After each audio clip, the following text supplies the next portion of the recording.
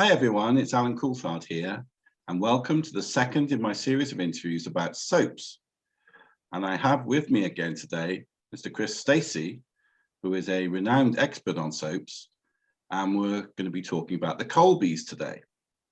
So hi Chris, how are you? I'm good, thank you, Alan. How are you? Yes, I'm fine, thank you. So let's talk a little bit about reunions.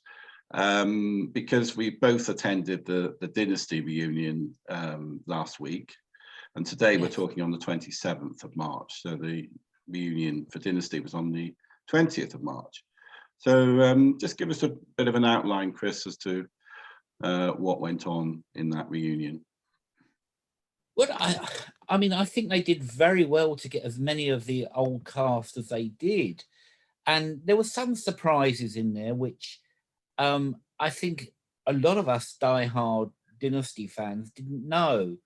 And one of them I was a surprise to me was the actual alien that took Fallon away was actually the second assistant director on the Colbys, using Leonard Nimoy's outfit, which from Star Trek, which I thought was a brilliant story there. Yeah. And a brilliant bit of TV history. But it was all for Emma Sams's charity for long COVID, which she's suffering from. And I have to say, she looked brilliant and she hasn't changed a bit. And as did most of the cast, actually. They all looked really, really well. And it was interesting hearing their little stories and anecdotes and things about, you know, the whole Dynasty era. I think also one story that Al Corley told was when they had cast him as Stephen Carrington, and he went to see his wardrobe and he just wasn't happy with it. He said, you know, he's supposed to be a son of a very rich man, and they've got this wardrobe for him. And Aaron Spelling actually took him shopping in Rodeo Drive. Which I thought, again, it's another little bit of background to the show, and it was very interesting that, you know, those sort of anecdotes came out. So I think it was very good, and they did very well considering it was all on Zoom and it wasn't actually in a hall somewhere, as under normal circumstances they would be. So yeah. I quite enjoyed it. It was very good, I think. Yeah, I think the organisation was spectacular, really, because I think they might have had about 500 people, and to organise it, so they're all able to watch, and obviously they weren't participating. I think there was an after show meet and greet type event, or online meet and greet. But I think this is becoming the norm. So you enter a room, and I think they let us in gradually because it's a little bit too much to deal with, but just in case people aren't aware of this sort of event, I mean, you do have to buy a ticket, but it normally goes for charity or to charity, and it's worth doing it. And they do give plugs to the charity in the course of the event. But I think it's quite spectacular to see all the stars, you know, on screen. And as I say, it was very well organised, and could be the sign of the future, because just when COVID's over, it doesn't necessarily mean that these sort of things will stop, because I think it's a good positive way of using Zoom. And I think so as well. I think it's as you say, I think that's probably the way to go in the future, because these events can be costly. I know a friend of mine, he went to a Santa Barbara reunion, which was on a cruise ship going around the Bahamas. Really? And it was extremely expensive. I mean, it was a once in a lifetime thing you do. It was extremely expensive. But these sort of events on Zoom, they open up for more fans to join in. And I think, as you say, there was about 500 last week. And I don't think you would have got that if it had been somewhere in California or somewhere, you know, in London or somewhere. It opens things up to the whole world, really, because I think they have people from all parts of the world, and Yeah, I think it's a very positive use of Zoom. 'Cause I know, I get the feeling in the UK, people are a little bit tired of Zoom, and maybe in a professional context, when you're working, I suppose, if you've been doing Zoom meetings for the last year, then you're a bit tired of it. But it does open up new opportunities, I think, and hopefully they'll be embraced Yeah. here. It was great to see Stephanie Beacham there. I was a little surprised actually that she was just there in her box. And they had a extract with Joan Collins. I think Joan was a pre-recorded video. Yeah, I think but so. she was like the star, and she did they showed the video separately, and there was a quiz as well, because most times they have a quiz, and so that was fun for the die-hard fans. And it was done electronically, wasn't it? So you could sort of give the questions, or give your answers to the questions, and work out how you'd done immediately. Yes, I think it was a positive experience, and I hope Emma raised a lot of money for her charity. And yeah, I think it was a positive exercise. I actually saw another one this morning, The Bill, which I don't know whether we regard The Bill as a soap. It was a long-running serial. I don't think it traditionally was treated as a soap. I don't know what you think, Chris, whether it was. It had soapy elements, and I think towards the end of its life, it did sort of become a soap, because it was on about 4 nights a week in the end, I think. I think these reunions, a lot of these show reunions, are going to become more and more prevalent as COVID goes on, because we're restricted to what we can do. And I think it gives fans and people like us that love TV memorabilia, and especially 80s TV, it gives us a chance to relive some of that. And I think that's really good. We've got a few ideas up our sleeve for future ones. I won't reveal them at this stage. Yeah, I'll just say a few words about the Bill one, because I saw it. And Paul O'Grady was like the surprise guest, because obviously he's been in the Bill. And he was very, very positive as a fan as well. So it was good to see him there. But also the main characters like June Ackland, played by Trudy Goodwin. I think she's sort of almost a star, because she was there right at the start, and she was also on GMB advertising it yesterday. I think she was in the pilot as well. Yeah, which is called. Yeah, she's an amazing actress. And Andrew Lancel, who played Detective Neil Manson, and Scott Maslin, of course, Diaz, Phil Hunter. He's been in EastEnders, of course. Is he still in EastEnders? Not sure. Scottish, yeah. Oh, well, I'll let you into a little secret. I was in the Bill. Were you? I've been in the Bill a couple of times. Oh, okay. Tell us about that then. Yeah, it was really good. I played a policeman. I played a suspect, and I played a passerby, and I played something else as well, and I can't remember. But yeah, I've been in it a couple of times. Yeah, so you actually got to meet people like Trudy Goodwin. I tell you what episode I was in. I was in the Millennium episode. Oh yes. Which went out on the 31st of December 1999. Wow. And the guy that's in either Casualty or Holby, that was in the Bill, Alex somebody, he actually tried to arrest me, and it was really funny because he thought he was hurting me. And when they shouted cut, he said, "Sorry, did I really hurt you?" I said, "No, I was acting." Yeah. So that's another example then. I think we're going to see a lot more in this country as well with the soaps in this country, either with lots of all the stars, but basically, because I think the Bill pretty much got everybody. And or maybe fan type Zoom things like this. But I think it's certainly going to be something which you're going to see a little bit more in the UK. Okay, then, so we're going to talk about the Colbys now. And there was a brief discussion of the Colbys last time. And well, actually a little bit more than just brief. We talked quite a lot about the Colbys, because Fallon certainly had quite an impact on both Dynasty and the Colbys. So, Chris, can you just explain the main characters in season 1 of the Colbys, which started actually on November the 20th, 1985? Well, in fact, it wasn't called the Colbys the first season. That's right. Dynasty 2, the Colbys. And it was very much on screen of that. And I mean, it launched with a stellar cast.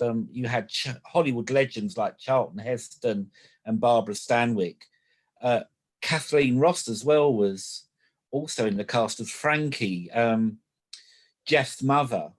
So we got the 2 characters from Dynasty, which was John James, who played Jeff Colby, and Emma Sams, who played Fallon Carrington Colby. So they went to California. Well, they did it very, very cleverly. Fallon had been missing for some time, and she turned up in California, and Miles, who was played by Maxwell Caulfield, he met her as Randall, this person she'd assumed a persona of, and took her back to the mansion, and that's where it all started. I mean, it should have gone on for longer, I think, because the cast was brilliant. They attracted quite a few big names. I mean, Bianca Jagger even turned up there for a brief period. So it was attracting names. I just don't think it was given it came at the wrong time. I think we had gone from liking these big, as viewers, liking these big Hollywood produced soaps, to wanting more drama. And I think it was like at that time there was Miami Vice around and things like that. LA Law again was around. So I think it was more of those sort of dramas that weren't as soapy as the Colbys was. So I don't think it failed. I just don't think it came at the wrong time. It's one of those things, isn't it, where we look back on it and think, oh, that was really good. And it's a shame there wasn't more. But at the time, I think it suffered from expense as well. It was apparently even more lavish than Dynasty and very expensive. And so although the ratings might normally have justified it carrying on, maybe they just felt it was too expensive to justify that. But and also I think, as I mentioned in our first episode, there was a problem with the fact it was only on in the UK every other week, and it sort of dovetailed in with Dynasty, and it had the effect on Dynasty that Rita and Crystal, that storyline, went on for an awful long time in the UK as opposed to in the USA, where it was shown, they were both shown in the same week, and that meant that Crystal was locked in the attic for a considerable amount of time.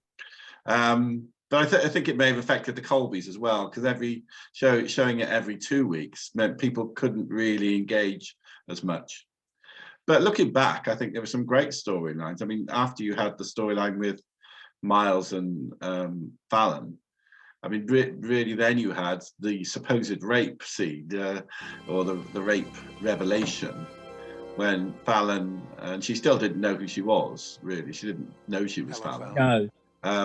And then Adam came along, because Adam and Stephen made appearances in the Colbys, as did Blake. The only one who didn't really was Joan Collins as Alexis.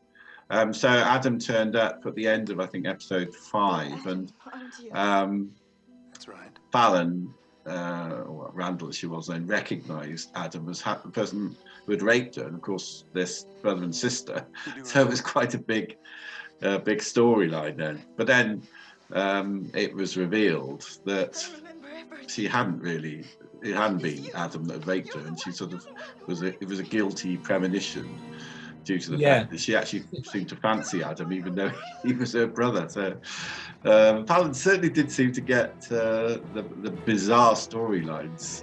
Well, Emma Samms, of course, the actress, but she played them very well. I thought she was an amazing actress. I mean, to add to that storyline, yeah. Fallon became pregnant, and then it became who was the father? Yeah, was it Mark, yeah. or was it Jeff? So it was. She did have some really interesting storylines and some groundbreaking storylines, because I don't think at that time Brookside had done the incest storyline. Yeah. So it was touching on incest there as well, which again for American television was very sensitive. Yeah, and I liked the sort of conflict between Miles and Jeff. It was a triangle really over Fallon, and that developed throughout the first season and then went into season 2. But in particular, I loved the sort of cliffhangers, I'll call them, but they really were cliffhangers, or one of them was. The first one was in season 1, where they had a fight in the pool house at the back garden of the garden of the pool house, and Jeff went over the side, and that was quite a shock, wasn't it? It was like you don't really expect it. You expect them to. I mean, he literally was lying on the floor. Yeah, there were rocks below, weren't there? And Miles was obviously upset, even though he hated Jeff. I don't think he wanted that. So yeah, that was quite dramatic. And then we'll talk about season 2 in a minute, but I'll just deal with this point because it relates to the same storyline. There was the classic cliffhanger, not really a cliff, but it was a car park, I think, in season 2. But that was the one where they were holding hands, I suppose. So it was, I think it was Jeff, wasn't it, that was holding Miles. Miles had gone over the side, so they swapped it around a bit. But you literally saw the end of the episode where Jeff's hand was sort of slipping. He couldn't keep hold of Miles, and you thought that Miles was going to end up dead probably, but he didn't. Ultimately, at the beginning of the next episode. So I certainly liked that, and go on. I liked in season 1 as well, Monica's plane crash, where she was flying off somewhere, because Monica was sort of like the businesswoman of the family. Yeah. And she was heavily involved in, first of all, her father's business, then she moved into the music business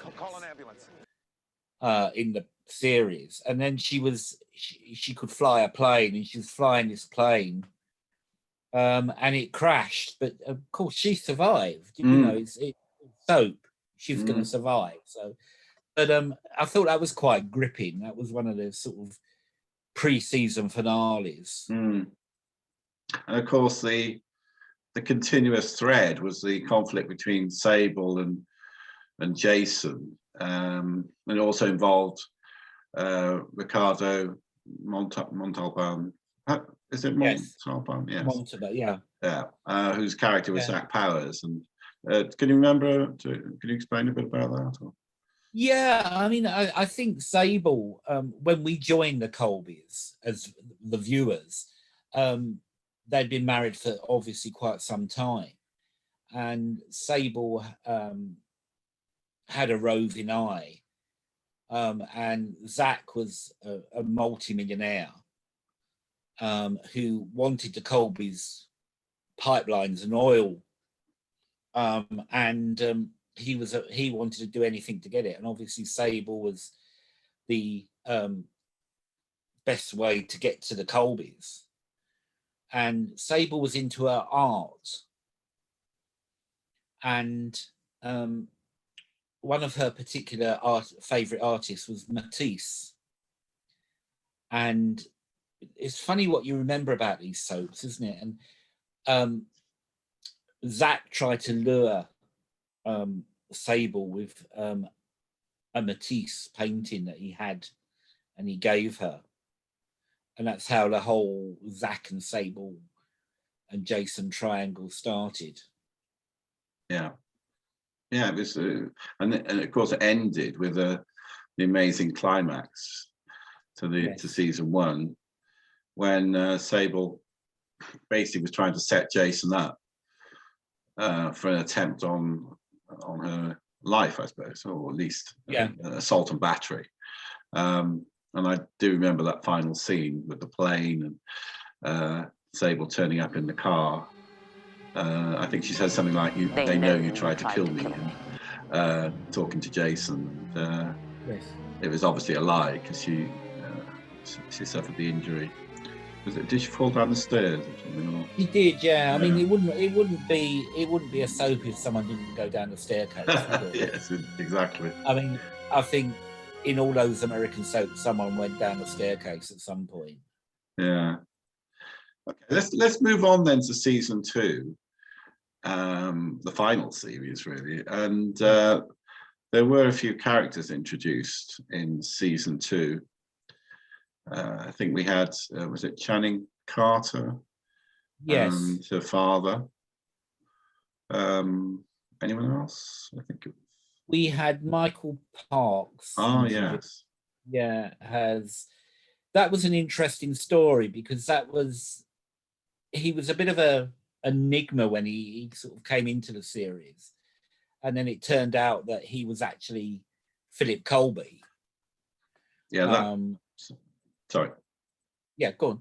Well, I was going to say that ending is just incredible, I think, because I didn't see it coming, and because there was a wedding scene, the wedding of Francesca and Jason, and Francesca sort of turning round for some reason just before she marries Jason. I think she turns round and she looks at this guy because I think it can't be Philip, her husband, come back from the dead, because his original character was called Hoyt Parker. That's it. Yes, yeah. Hoyt Parker. Yeah. And he obviously had a vendetta against Jason because Philip was married to I said Catherine Ross, but the character is Francesca, and Francesca was obviously had gone with Jason. A little bit unfair, really, because she thought Philip was dead, so you can't really blame her for finding someone else. But of course, there was an issue with the parentage of Jeff, wasn't there? Jeff was thought to be Philip's son, and then he became Jason's. But I think it was season 1, wasn't it, that was revealed? Or I think it was. Yeah. Yeah. So obviously, with Philip coming back, that really confused things. We also had a lovely wedding, didn't we, in season 2? Because can you remember that? That was Fallon and Jeff. Fallon and Jeff, yeah. Yeah, and I think that because by that point, by season 2, Fallon had got her memory back, and Jeff and her had got together, and as you say, we had the wedding, which I was quite surprised that. I know Joan Collins had a thing about not going into the Colbys, but she never turned up for that. There was some excuse that she wasn't going to be there. Yes, I can't remember. It was quite a lame excuse, I think, wasn't it? Yeah, it was. Because you'd expect the mother would turn up to her own daughter's wedding. And by that time, Kristen was out the attic, I think, or wherever she was locked up. So we had quite a big, lavish wedding. So they also introduced a storyline where they introduced this Russian ballet dancer. Now, Bliss, she was the youngest daughter of Jason and Sable. And really throughout the series, she didn't have very much apart from being there and saying the odd line. And in season 1, she'd had a little bit of a storyline. So in season 2, she has this storyline with this ex-KGB Russian ballet dancer, which again was one of the unique things about the Colbys, where the Cold War was coming to an end, and they have this KGB agent come into it who's posing as a ballet dancer, who again wants to get to the Colbys oil and pipelines and whatever, which was a little bit of a bizarre storyline. But by season 2, I think they were just doing all these bizarre storylines in the program because it was the Colbys. I actually think that one was quite a good storyline because it related to what was going on, the dispute between Russia and the USA. And there were some quite dramatic parts to it where I think I remember one where Collier was trying to escape from the KGB, and he leaped over a balcony. They love their balconies and their cliff edges and their car parks. And of course, you didn't know whether he died. But that was quite dramatic. I remember that one. And I think he had a sister called Anna as well, who was very keen for him to suppress his, I suppose, rebellious nature. But in the end, he did defect, I think. And so I think it was quite a good storyline because you had a bit of ballet in there and tugged at the heartstrings. And as you said, it gave Bliss a storyline which she didn't have really in season 1. She had some minor storylines, but I think she came into her own in season 2. Yes. And then they'd also introduced a character called Cash Cassidy. I think was a senator or something like that, a politician. And he had a wife who was a bit, how can I say? She was a bit clingy, I suppose. And she was a bit strange because Cash and Monica ended up having an affair, and the wife was a bit, as you say, clingy. And that was all. That was, I guess, that was Monica's main storyline through season 2. And of course, season 2, we saw Barbara Stanwyck's character Connie being killed off. Yeah. Though it was never shown on screen. No, that was a shame, really. I don't think she did no episodes, I think, in season 2. Is that right? Or did she do one that did a few? She only wanted to come back for a few episodes, but they wanted her back for more. And I think she got fed up with it in the end, and she just quit. Yeah. And then, of course, as it progressed towards the end, we had the climax. That last episode, I think, one of the most incredible episodes in soap history. So do you want to tell us a little bit about that cliffhanger? Not just the obvious part, but there's Sable as well, wasn't she involved in the final episode? She was, and it was the final episode. It was very bizarre because Sable kidnaps Monica's son, which she had with Cash, and wasn't mentioned until Cash came into it. Miles's wife Channing phones from an airport phone box. Do you remember them phone boxes?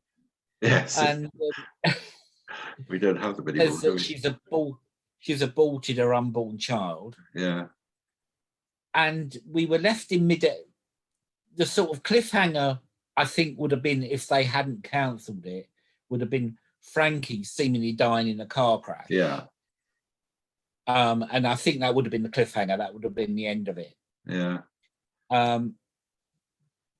But by that time, they'd informed the whole production that ABC had informed the whole production that they weren't going to continue into season 3.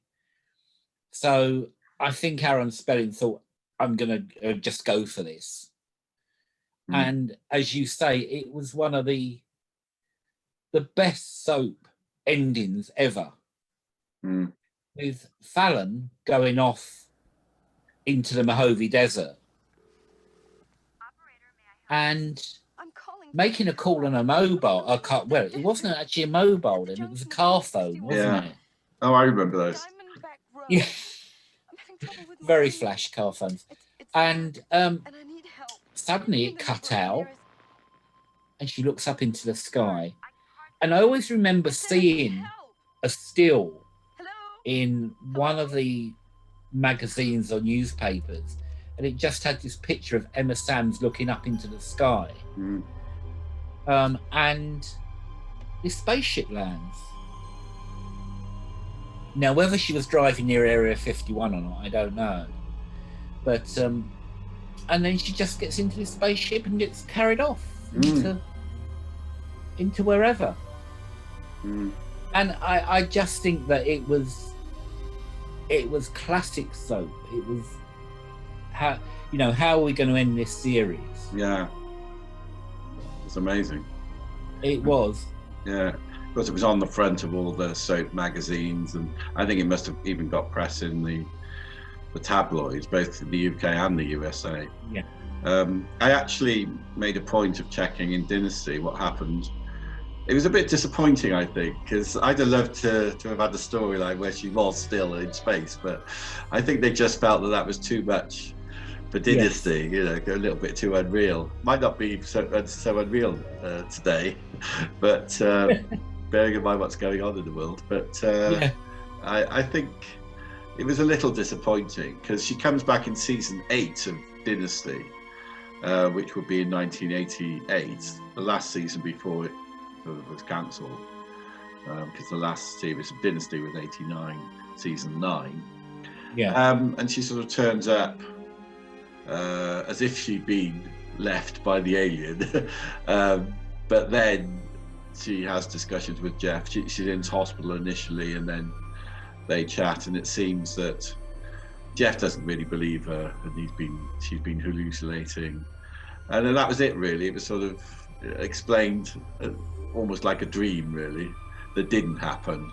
I'm not sure whether there could have been any solution other than that in the 80s. It was a bit too much for the 80s to expect to carry on the storyline, because it was obviously a storyline that was made to end season 2 on the basis it was being cancelled, as you say, and then they suddenly thought, well, actually we'd like them back in Dynasty. I don't know. I think because it was they were expecting it to go to season 3. Yeah. And it was cancelled. I don't think they'd made any plans, so I think they had to wait to bring Jeff and Fallon back into the series. But there was one funny bit that I thought was a very clever bit of television, was when Fallon had gone into the spaceship and the spaceship had supposedly left, you heard the operator on Fallon's car phone saying, hey man, and I just thought that was classic. Yeah, it was a classic. Yeah. Okay, so we finished season 2 then. Let's look forward to possible future plans, because there's a lot of fan interest, and I even saw today a sort of an introduction which assumed that it was going to be the introduction for either a reunion or a reboot. So let's look at a possible reunion first. So a reunion is, I suppose, where they just carry on the storyline with all the existing actors. And they did that in Dynasty, didn't they? Do you remember that? There was a reunion. It was a bit strange, wasn't it? It was a bit strange because Gordon Thompson didn't come back as Adam, another actor did. Yes. Al Corley came back as Stephen and not Jack Colbys. It was all a bit bizarre, really, but it was quite a good storyline because when they did that reunion, Blake had been in prison. Yeah. And Jeff went and picked him up from the prison. Yeah. Kristen had been in a Swiss. She woke up, didn't she? Yeah. It was just a bit bizarre. But yeah, I think they could do a Colbys reunion because obviously Charlton Heston's gone now. Barbara Stanwyck's gone now. But you know, they could have Jeff running the Colbys business or Miles running the Colbys business and bring them back. Or both of them, like in Dallas, where you've got two brothers who are fighting over a business. We were talking about the Dynasty reboot last time on the CW, and they could very well bring it back because there is interest, and CW has just renewed Dynasty for season 5. Yeah. So I mean, there is interest out there, and it is working. So I don't see why the Colbys shouldn't come back. Yeah, I think it's more likely to come back as a reboot. I think the subtle difference, I suppose, is that you've got old and new characters and new actors, and I think a reboot probably now with this much time would work. But there's got quite a lot of the old characters who hopefully they would invite back. I mean, Stephanie Beacham, I think they would have to invite her back because she looked great in the Dynasty reunion, didn't she? And she'd be perfect. That was such a brilliant piece of casting. Yeah. I mean, I was looking at the people that were up for that part, and it was I forget who it was. Diana Rigg was one of them. I know that Sue Lloyd, who played Barbara Hunter in Crossroads. Oh yes. I know that she auditioned for it, and she was called back for a second audition. So she was up for it. It was just an amazing array of actresses that were actually, you know, up for that part, and it was. But Stephanie Beacham just knocked you for 6 really. Yeah, I mean, she could still be involved in the business, couldn't she, if she came back with perhaps run by Miles and Jeff, and she could still have. I've just remembered it was Faye Dunaway that was up for that part. Yeah. So, she'd have been great. So I think if it was a reboot, but perhaps have some younger characters, because that's how I think the Dallas one worked, and obviously the Dynasty one worked as well. I think I preferred it. You preferred it a little more than me, because I just found some of the storyline a little bit bad because they seem to mix them all up. I think I'm more a person which would like the existing storylines extended with characters, and then maybe new storylines involving newer characters, because of course you've got was it Little Blake who could come back in, and was it Hope, I think, the daughter, and she could be a bit older, and obviously, and the younger generation of the Colbys. But I think it would work. So let's perhaps put pressure on them to do that, because I think reboots are becoming quite common now, and you may only get 3 or 4 seasons out of it, but it does satisfy the fans. That's my perspective. I think you've got a slightly different perspective. What's your perspective on reboots?